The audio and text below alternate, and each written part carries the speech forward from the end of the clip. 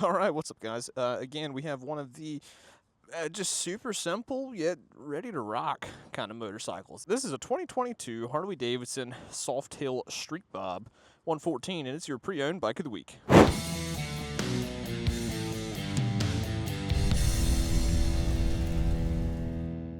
Yeah, so Softails, if you've seen any of my videos, you know I'm a big Softail guy. The Street Bob, stripped down, simple. It is a Milwaukee 8 on a light, easy to maneuver frame. This one is pre-owned, so it's got a couple little goodies on it for you. So it does have this aftermarket Harley seat. It does have these Cobra slip-ons, so you keep that 2 to 2. It does have this nice windshield that I assume is Memphis Shades, but I don't want to assume. I don't see a brand on it anywhere, so let's not assume that it's Memphis Shades. But it's cool. Nice little quarter fairing. Yeah, other than that, halogen turn signals. Do have that nice LED halo light that I'm a big fan of. It's this nice black finish on everything. Let's see, a little bit smaller tire setup than your lowrider that you might be more familiar with, and it is halogen brake light turn signals back here as well. So, a little bit smaller tank, about 3.5 gallons, so helps keep the weight nice and low on this thing. So, easy to fire up. Nothing too crazy, nice and simple. So, this was one of my favorite reds, and hot take, one of my favorite designs on a tank. This faded one, the black that had the orange on it, that one, that was nice. With this red, that's sharp, that's close second. This red line red, I think this is one of my favorite reds. It's a tough competition between this one and the newest red that is out this year. Not brilliant red, so brilliant red, that one's pretty brilliant. But red line gets the job done. And these nice black wheels, nice cast wheels there, looking sharp. Single rotor up front, single rotor in the back, 114 air and oil cooled Milwaukee 8. She's ready to rip. Oh, and if you'll notice, this does have these turn signals actually have the relocation, so they're moved a little bit further back. So it looks like if you want to put bags on it, it'd be a little bit easier to do that. So we just went and rode a Sportster not too long ago, and that bike did pretty good. That was a good fun bike. But this one,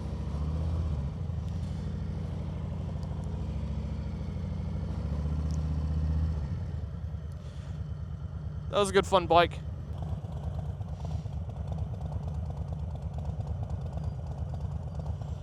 But this one of these mini 8 bars, it's just already set up and ready to go for you, which is really nice. It does have this top clamp that has all of your readouts on it, which is very nice. And so it is mid-controls, but it's very relaxed. So it's a very neutral riding position that you really won't have much issue riding for a long time.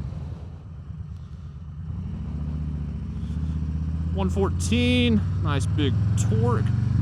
This seat is kind of nice. I'm kind of surprised with how much I'm enjoying this seat.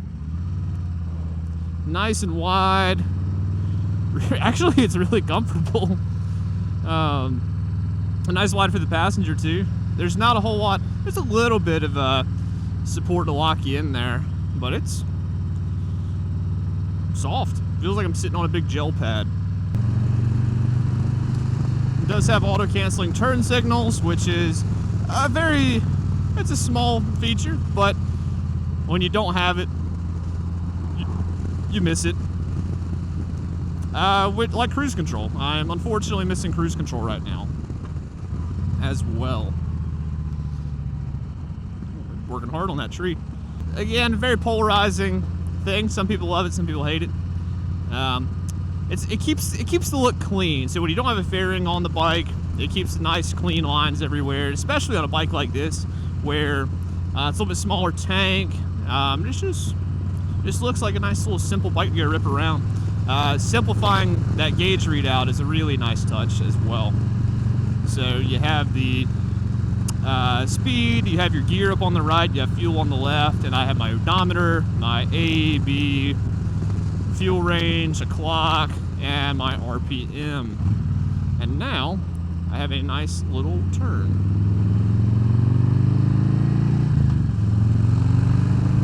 It's a 114. Scoots. These bikes are small and light enough that, you know, throwing them around, you can do it all day. And you're going to want to do it all day. And you have a 6 gear, so once you get... These guys are a little bit slow for me. So I'd probably leave it in 5th. You could even downshift to 4th. So 5th, so great situation. 5th gear, 60 miles an hour, a little bit slow, and I'm at about 2,600 RPM. They're speeding up a little bit now. I've got enough power to pass in 5th, but I could downshift to 4th if I wanted, and if I want to stay right here, I could just leave the bike up in 6th too. And I've got a lot of great options. So it's great to have 6th gear, and you have a ton of power when you drop it down into 4th. But nice easy cruising, 6th gear, drops it down to 2,300 RPMs, and you can just sit right here. This fairing does good work too, keeps a little bit of wind off of you. The big thing is keeping it all off your chest. So sometimes you really, believe it or not, you actually want to keep some wind hitting you. So for example, like a lot of full faces, like what I'm wearing right now, they can get kind of hot in the summer, believe it or not. But having a windshield that keeps, sometimes depends on the season and the kind of riding you're doing. But I know for me, sometimes having a windshield that, you know, puts the wind right at about my neck or my chin is really nice, because it keeps the wind off my chest, so it's a pretty easy ride. So, you know, keeps the weight off my shoulders, so I can ride a little bit longer, be a little bit less. It's letting enough wind hit my face that I'm able to get air inside the helmet, and so that way it keeps you a little bit cooler.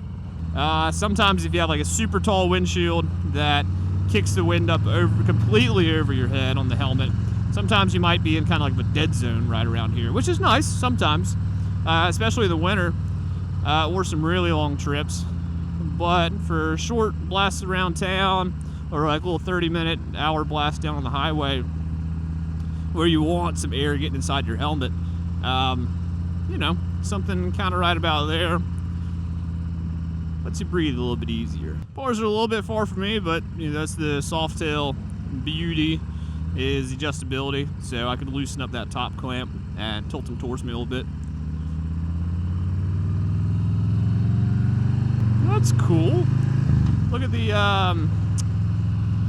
so on the lug nuts on the bus, they had little caps on them that were pointed kind of like around to the next one. So I guess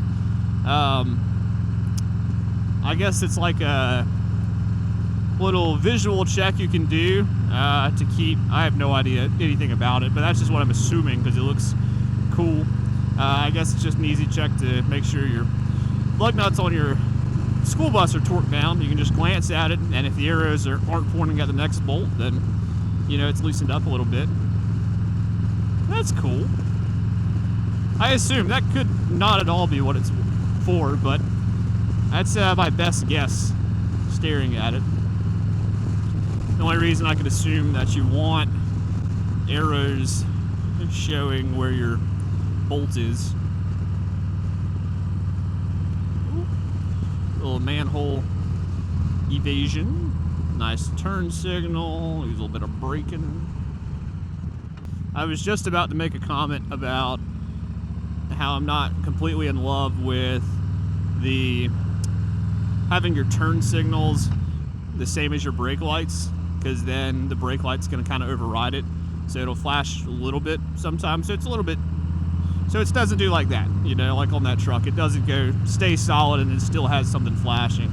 It kind of loops it all into one. I was going to make a comment about that, but my bike that I've been riding for like 5 years is like that, so it has the same kind of taillight setup as this. You get used to it after a while. It does the job. It's done the job so far.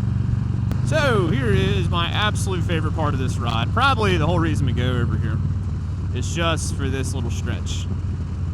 This Pontiac is trying to party back here. So I did a little downshift, flashed the brakes at him just to make sure he knew that I was slowing down, because you can do some pretty aggressive downshifts on these bikes, but you definitely want to make sure that you're still signaling to let them know that you are going to be slowing down some. So, beautiful day at the lake, some kayakers out there. I like kayaking, but like if I'm on the water, I'd rather be like in the water. It's tough. I need like not a sit on top or a sit in, but like a sit in the water kayak. That'd be cool. Nobody steal my idea, please. Anyway, there's some nice curves to hit. Nice easy braking, roll off, roll on. Blast out of some turns. Oh, gals are ready to roll. I dig it. I actually dig it a lot. So we just rode one of the newer 117s, or actually a 2025 117 Street Bob. And between these two bikes, it's tough. If you're a bit of a purist, you like the simplicity of the M8 Softails, then you might want that previous gen there. But the new one's pretty stout. And having all that tech is pretty nice. Like this bike, I mean, it doesn't even have cruise control. No cruise control, no traction control. I think it has ABS. No, I do not think this bike even has ABS. So, I mean, this one is simple. But the new ones, I mean, you've got all of that. Plus, I mean, a lot of other rider safety features and tire pressure monitoring. All kinds of crazy stuff on those. And a little bit more power. The suspension, this bike feels a little bit soft, because it is. The suspension just feels a little bit soft, and it does great. I mean, it absorbs the bumps pretty good, but it's nothing like crazy. Whereas on those, they got a little bit of fine tuning done, and they feel like they just do everything before a little bit better. So that's really nice. It's really neat to see. I mean, it's a phenomenal advancement for these bikes. Oh, and LEDs all the way around. And then none of the bikes actually have this little speedo here on the bars. They've actually all gone to a analog speedometer with a lot of really nice digital readouts. Wow, what? Light was green. They knew I was coming. How nice. But the 114 still gets down. I was about to say, I hadn't even ripped this bike yet. Yeah, I mean, it still performs great. And drop a cam in there, and you'll be able to perform at, well, probably above the levels of those 117s then. But with that second gen, they are supposed to have a little bit better cooling, and they are supposed to be able to rev up a little bit higher, I believe. So, definitely got to keep both of those in mind. But the old classic here, she is still a mighty fine pig. So you'll see I've got my readouts up here, but I have all of my lights are going to be here. So my high beam would be here, my check engine, oil, gas, all that'll be right there. And this bike has a fuel gauge. So it's very simple, but it has most of what you would want, like a fuel gauge. The only other thing that you might prefer is going to be that cruise control. Good cruise control guy. Oh yeah, another thing about these bars, or this setup, is I feel pretty low on this bike. I feel a little bit, like my legs are a little bit in more than I'm used to, and I'm kind of reaching far for these bars, but a lot of that's also this seat I forgot about. This is a very low seat. It's very low and wide. It's comfy, but it does put you in a very different riding position than most of the other setups. So, and the nice part about the Mini Apes is you already have the cables. You already have these longer cables. So if Mini Apes aren't your thing, you like T-bars or something like that, you'll probably go with the T-bar about this same height, so you probably won't even have to swap cables out. So that's a really nice little bonus.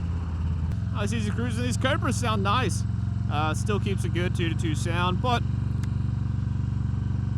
not too shabby. So, thank you guys for watching. If you want to know more about this bike or any of the other ones, then be sure to come see us here at Tobacco Road Harley-Davidson. Meantime, ride safe. Hope to see you soon.